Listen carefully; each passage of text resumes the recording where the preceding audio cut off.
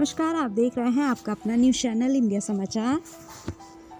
देश का किसान परेशान, सरकार का नहीं इस ओर ध्यान। अपना दल कमेरावादी के बैनर तले में अमौली के कमेरा अधिवेशन रैली संपन्न हुई, जिसमें मुख्य अतिथि पल्लवी पटेल, विशिष्ट अतिथि विशंबर प्रसाद निषाद, स्वामी सत्यात्मानंद भी शामिल रहे।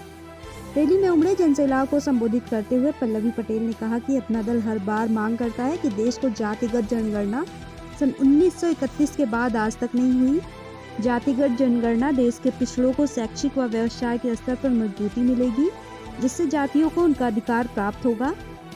69,000 शिक्षक भर्ती में जिस प्रकार प्रदेश सरकार ने घोटाला किया है, वह जाहिर हो चुका है कि सरकार ने इस बार माफी भी मांग चुकी है, जो पिछड़ों को उनका अधिकार छीनने का प्रयास किया गया है। आगे कहा कि उत्तर प्रदेश सरकार में कानूनी व्यवस्था समाप्त हो चुकी है। किसान आंदोलन कर रहे हैं। किसानों को गृह राज्य मंत्री के पुत्र गाड़ी चढ़ाकर हत्या कर देते हैं और सरकार गृह राज्य मंत्री से इस्तीफा तक नहीं मांगती। पुलिस कस्टडी में मनीष गुप्ता, अरुण वाल्मीकि, अल्ताफ, जितेंद्र श्रीवास्तव सहित दर्जनों लोगों को मौत दे दी जाती है। इनसे जनता का विश्वास उठ चुका है। मुख्यमंत्री योगी जी ने कहा कि प्रदेश में गुंडा माफिया बाहर किए जाएंगे। आज सारे गुंडा माफिया भाजमाए हो चुके हैं। अपना दल इस बार समाजवादी पार्टी से गठबंधन कर प्रदेश को खुशहाली व तरक्की की ओर ले जाने का काम करेगी। रैली को विशंबर निषाद, राज्यसभा सांसद स्वामी सत्यात्मानंद, अपना दल प्रदेश अध्यक्ष राजभर सिंह, प्रवक्ता विनोद कैसेरा, जिला अध्यक्ष सत्यनारायण पटेल, सुशीला सिंह, पंकज पटेल, प्रदेश अध्यक्ष युवा जन मंच अजय पटेल, राष्ट्रीय कार्यकारिणी सदस्य व्यापार मंच प्रदेश उपाध्यक्ष राजकुमार पटेल, कुलदीप सिंह, युवा मंच प्रदेश महासचिव सचिन पटेल आदि लोग उपस्थित रहे। अनिल कुमार, इंडिया समाचार, जिला ब्यूरो चीफ, फतेहपुर। अनिल कुमार सिंह, पूर्व ब्लॉक प्रमुख बेरुआरबाड़ी, जनपद ईंट निर्माता समिति महामंत्री बलिया। जी, आज क्या बात है, इतनी भारी संख्या में आप लोग आए हैं डीएम कार्यालय पे, क्या है मामला? मामला ये है कि पहले भट्ठे पे कर जो निर्धारित था वो दो तरीके का कर था। एक तो समाधान योजना थी और दूसरा रेगुलर था। तो समाधान योजना में 1% टैक्स भट्ठे वालों से लिया जाता था और रेगुलर में 5% लिया जाता था। 5% जो लिया जाता था उस पे रॉ मटेरियल पे इनपुट का लाभ मिलता था और 1% वाले पे इनपुट का लाभ कोई नहीं लेता था। जो समाधान में बिक्री घोषित होती थी उसके हिसाब से 1% टैक्स जमा कर दिया जाता था। अभी जो जीएसटी काउंसिल की बैठक हुई थी उसमें 1% वाले कर को बढ़ाकर 5% कर दिया गया, 6% कर दिया गया और 5% वाले कर को बढ़ा के सीधे 12% कर दिया गया, जिससे सीधे जो है भट्ठे व्यापारियों पे इसका बहुत बड़ा असर है और भट्ठा व्यापारियों पे असर है पड़ेगा तो इसका सीधे पब्लिक पे इसका असर है। इसकी घोर निंदा हम लोग भट्ठा संघ के तरफ से करते हैं और उत्तर प्रदेश ईंट निर्माता समिति ने तय किया है कि 27 दिसंबर से लेकर 31 दिसंबर के बीच हर जनपद में एक हम लोग अधिकारियों के माध्यम से ज्ञापन देंगे, जिसमें ये हम लोग मांग रखेंगे कि हम लोग के ये जीएसटी को पुनः जिस दर पे था उसी दर पे रखा जाए। इसी संबंध में आज हम लोग यहाँ आए हैं और ये ज्ञापन दे रहे हैं। तो पहले क्या थी, आज क्या स्थिति है?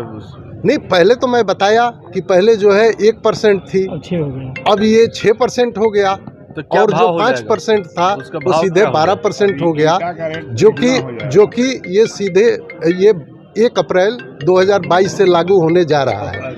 हम लोग ये चाह रहे हैं कि पुनः जो था वही रहे। हम लोग की यही मांग है। नॉर्मल जो जनता इससे पहले खरीदारी करती थी ईंटों की, हाँ, अब क्या रेट हो जाएगा? अब वो निश्चित रूप से जब जो लोग 1 लाख रुपया टैक्स देते थे वो सीधे जब 12 लाख रुपया टैक्स देंगे तो आप जोड़ लीजिए कि इसका सीधा असर किस पे पड़ेगा। सीधा जो ग्राहक है उनके ऊपर पड़ेगा, तो इसकी मार पब्लिक पे पड़ेगी। एक आखिरी सवाल, लगातार व्यापारी कई तरह की समस्या लेके डीएम कार्यालय पत्र देने आ रहे हैं सरकार के खिलाफ। सरकार कह रही है कि हम व्यापारियों के हित में, कारोबारियों के हित में, उद्योग व्यापार के हित में है। तो क्या लग रहा है सरकार किस? ये निश्चित रूप से ये सरकार व्यापारियों के लिए, व्यापारियों के हित में काम नहीं कर रही है।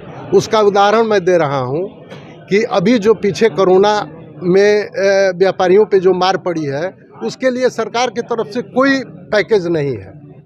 सरकार के तरफ से जो मजदूर हैं उनके लिए फ्री राशन के लिए व्यवस्था है, लेकिन जो व्यापारी 3-3 महीना अपना व्यापार बंद करके घर में बैठे हैं, अपने दुकानों का, अपने बिजली का सब चीज़ अपने घर से भर रहे हैं, उनके लिए सरकार के पास कोई पैकेज नहीं है। इस चीज़ के लिए हम सारे व्यापारी घोर इसकी निंदा करते हैं और आगे भी अगर कोरोना क्रोमिक जो आ रहा है ओमिक्रॉन, उसमें अगर व्यापारियों के लिए अगर कोई पैकेज सरकार नहीं देती है तो ये सरकार के लिए बहुत ही घातक होगा।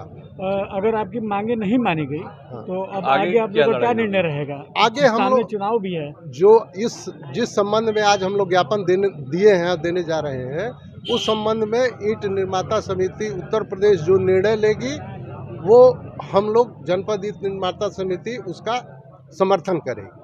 बहुत बहुत धन्यवाद। कहलाता है जो सबको साथ लेकर चलता है, सबको साथ लेकर आगे बढ़ता है। इसलिए दोनों हाथ उठाइए। ठीक है, आपने कैलेंडर उठा दिया, लेकिन ये पंजा मत दिखाइए। हम थप्पड़ खाने वाले नहीं हैं, हम थप्पड़ का जवाब मुक्के से देने वाले हैं। इसलिए दोनों हाथ उठाइए और मुट्ठी बांधिए, और मुट्ठी बांध कर एक बार मेरे साथ जयघोष करिए। और जरा आजू बाजू वालों को देख लीजिएगा, अगर वो हाथ नहीं उठाता तो समझ लेना यहां कोई ना कोई बीजेपी का चोर घुस गया है। भारत माता की। एक बार और आवाज बुलंद करिए ना, लखनऊ तक पहुंचनी चाहिए, राष्ट्रीय अध्यक्ष जी के यहां तक, और उनको खुशी हो कि अमौली में आज मिलकर के रैली की जा रही है। इसलिए उद्घोष करिए मेरे साथ मिलकर के, भारत माता की, भारत माता की। माता के लोगों को पहुंचा देता है। इसलिए मैं आदर करता हूं, सम्मान करता हूं लोगों का जो इतने कार्यकर्ता बैठे हैं। आपके लिए मंच के लोगों से निवेदन करूंगा, एक बार कार्यकर्ताओं के लिए तालियां बजाइए और उनका उत्साहवर्धन कीजिए।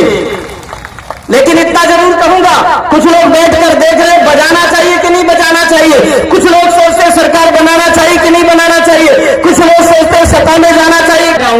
निवेदन करना चाहूंगा, भगवान कृष्ण ने सोचा था कि मैं गोवर्धन पहाड़ को उठाऊं, उठा लिया उन्होंने। सारे गोलबालों को खापनी लाठियां लगाइए। कुछ लोग कहने लगे हमने गोवर्धन को उठाया है, कुछ हस्तपुष्ट नौजवानों ने बोला, पहलवानों ने बोला हमने गोवर्धन को उठाया हुआ। जिसने उठाया था उसने कुछ नहीं बोला। होने लगा तब ग्वालवालों ने कहा ठाकुर आप मत जाइए, नहीं तो पूरा ब्रज नष्ट हो जाएगा। याद रखना मेरे नौजवानों, चाहे कोई एमएलए है, चाहे कोई एमपी है, चाहे कोई पदाधिकारी है, चाहे कोई कार्यकर्ता है, याद रखना गोवर्धन पहाड़ उठकर रहेगा। उत्तर प्रदेश में सपा की सरकार बनकर रहेगी। तुम सब लाठियां लगा दो, बीजेपी का सफाया हो जाएगा।